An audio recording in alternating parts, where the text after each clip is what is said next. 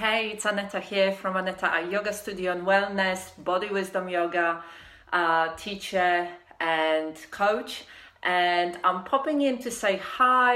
It's Friday. For most of us, it's the end of working week. I still work on Saturday, and I'm running a workshop this Saturday afternoon, yoga and vision board. So if you're interested, check it out on my website and on my Facebook page. But I also wanted to pop in because I've worked with, I have a lot of private yoga students, and I do quite a lot of Thai yoga massage treatments.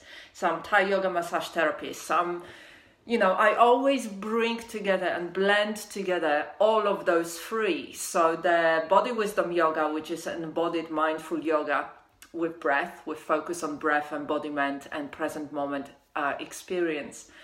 And the Body Wisdom Coaching, which is all about learning how to listen deeply within and how to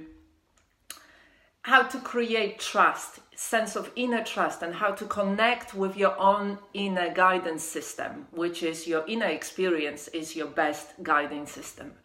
And if you can learn how to listen to it, then that makes the whole difference. And also with Thai yoga massage, it's a profoundly healing treatment. It's absolutely amazing. And because I am how I am, my Thai yoga massage treatments are not just come and tell me about your body, lie down and off we go. I always, there is always an element of kind of reflection and really arriving and really acknowledging.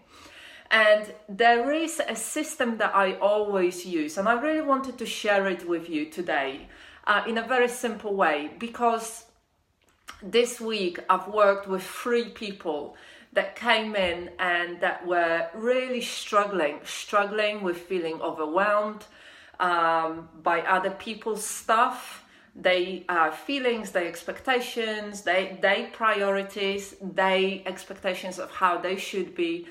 And also struggling with their own inner experience, being really overwhelmed and swamped by that inner experience, to the point that obviously it manifests itself with insomnia, with anxiety, with stress, with really being completely overwhelmed and really doubting themselves, really doubting and questioning and thinking that something is wrong with them and that they are not managing, they can't do it, and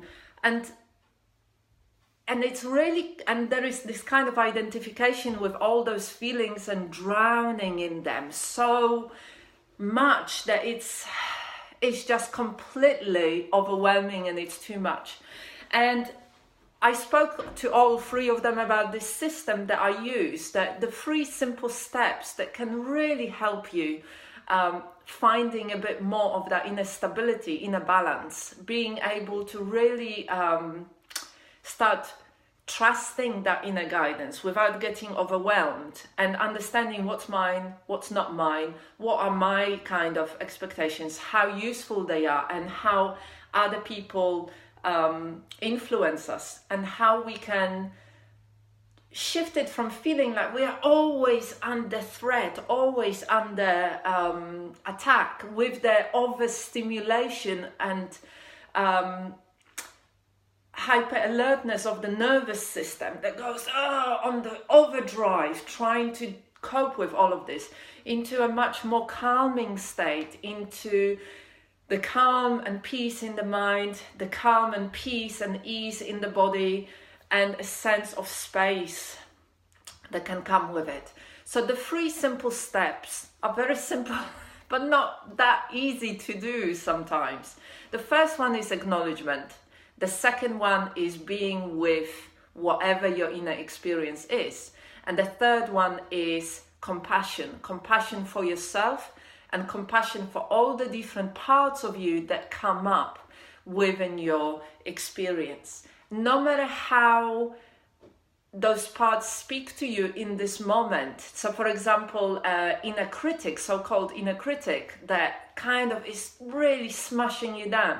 Having compassion for that part as well. So acknowledgement is the bit that most of us miss. because when we experience something that is challenging, like anxiety or fear or overwhelm, the thing that we want is to get rid of it as quickly as possible. So rather than giving it space and acknowledging it fully, how it feels within the body, because we feel everything in the body, it's not something up here floating. It's all in the body. Instead of acknowledging it and saying hello to it, we try to suppress it, numb it out, deny it, reject it, all of that kind of stuff that we all do, which are really good coping strategies, short term, but long term, they cause more trouble than they're worth. So the first one is acknowledgement. The second one is being with. Being with is different from fixing stuff. Fixing is, how can I acknowledge it? Because you could do it, how can I acknowledge it and then fix it? So it's fixed, I'm not feeling it.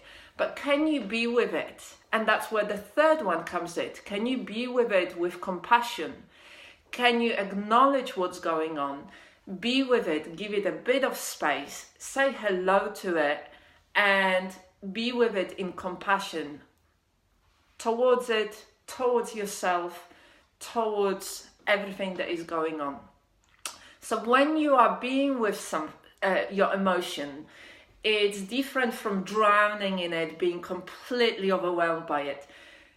It's like the difference between drowning in a lake of that emotion, it's completely submerging it and you feel completely powerless, to shifting it into sitting next to the lake and feeling like, yes, there is a huge emotion that is happening, but that's not the whole of me. The whole of me are all the other things, including this thing. And having compassion for your whole experience. And rather than being hard on yourself, taking out a big stick, smashing yourself with it, just learning to bring more kindness and compassion for yourself and those different parts of you that are struggling, that want your attention, that have a message for you. And when we shift how we relate to that inner experience, it really changes our own experience with ourselves, brings more trust. And more, when people talk about self-love, that's what they mean. They talk about being with yourself, not rejecting yourself, being with that part that is screaming, causing you a lot of trouble and screaming, just like a distressed baby would be screaming. It cannot tell you what it wants, but you have to listen and you have to be with it and you have to give it love in order for it to calm down and settle down. So understanding that our emotions, yes, they're important, but we don't have to drown in them. We can relate to them in a slightly different way. It takes a little bit of practice and just compassion and kindness for self. That can relate also to your yoga practice, and I see that a lot when people come in, because we are creatures of habit, always doing things in exactly the same way. And if you ever heard me talk, you always hear me say that it cannot be any other way. How you do one thing is how you do everything. How you relate to yourself, that's how it's reflected in your yoga practice on your mat as well. So if you believe that you have to push it through and get the outcomes, and that's how you approach everything in your life, that's how you will do your yoga practice as well. And when you bring the acknowledgement to your inner experience in your practice, if you can be with it, however it is, with compassion, then your yoga practice on your mat changes radically as well. So I hope that makes sense. If you'd like to find out a little bit more about the way that I work, about the programs that I have on the private yoga sessions and body wisdom coaching and Thai yoga massage, you can go to my website www.anetai.co.uk, and at the moment I am doing a sale.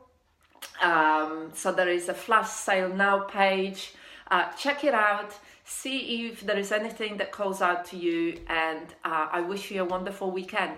And if you'd like to do some embodied mindful yoga and some visualization and create your own vision board, join me tomorrow for the workshop on Saturday, 23rd of March, 12 till 4 p.m. in a venue, really lovely venue in our beautiful Ramsgate Harbour. If you're local, come and join me. And I wish you a really wonderful weekend.